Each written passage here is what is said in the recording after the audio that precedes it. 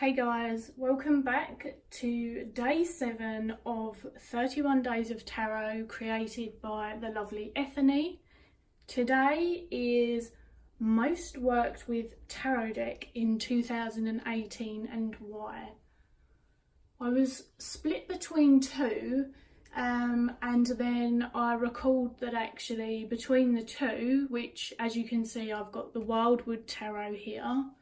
The other one was the Wild Unknown because that really is just a mega staple deck for me. The difference between the Wild Unknown and the Wildwood Tarot in terms of use is I actually did some study specifically with the Wildwood Tarot as well, and therefore it's definitely the most used one. And of course I will show you some lovely cards whilst I talk about the deck.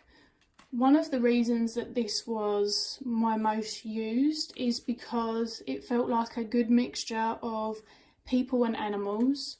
Therefore it was nice for clients because I appreciate that not everyone's going to love all the animal decks like me, yet it still has that very nature-based earthy vibe to it, something that I resonate with a lot and feels like it represents my practice, my craft, some of my interests and the way that I view the world.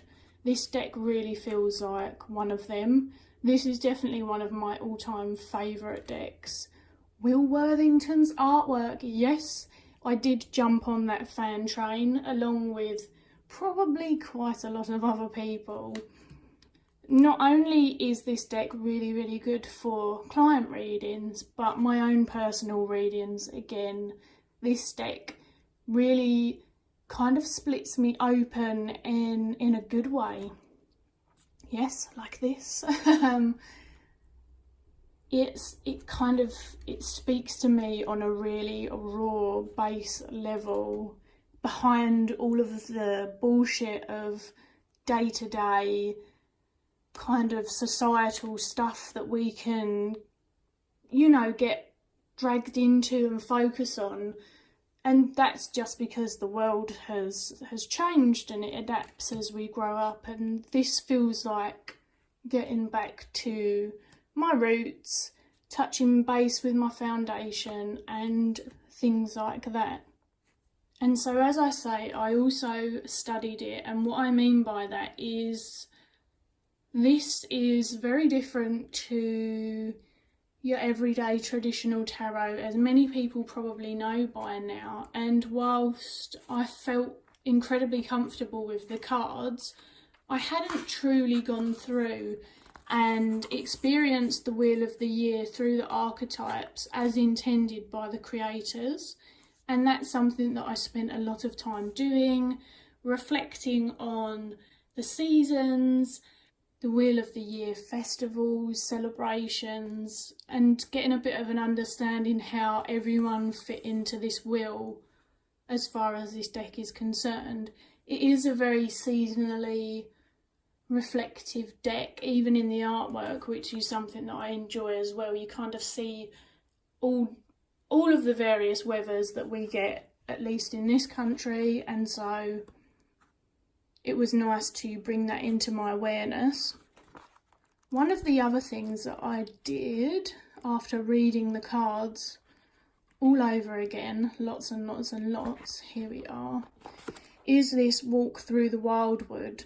And it feels quite similar to the way that they have set out the Wheel of the Year. There are some differences towards the end, but what this is it's kind of a story and a meditation. I mean, you have to read it. I guess you could record yourself reading it and then listen to it back.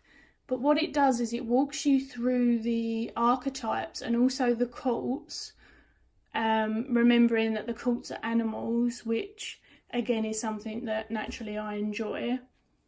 And it kind of tells a story of how you go from being the wanderer and you walk through this amazing forest.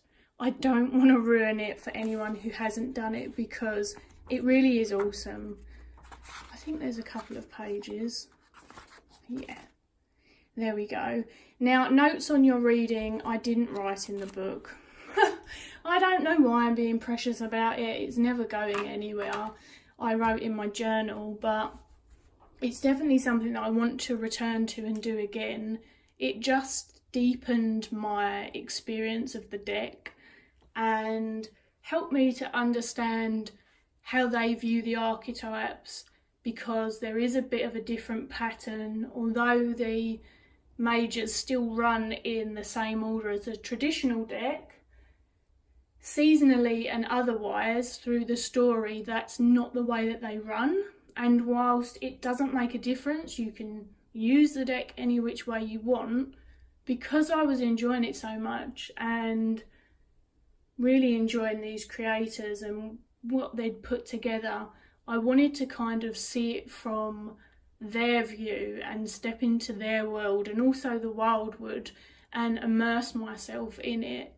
Therefore, that kind of meant a lot of time with the deck, a lot of time going back and forth with the book.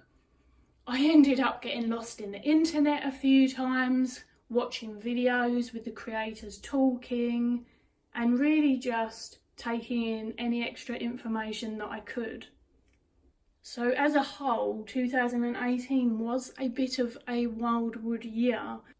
And it's also a deck that, like a few others, I will take with me out into the forest, out to the duck pond, in the garden, wherever I'm going, and it's kind of one of my go-to decks. I'm really looking forward to hearing everyone else's most work with tarot decks, because it kind of gives you an insight, I feel, at least maybe that's because it's my experience, but to how their tarot relationship and practice was that year.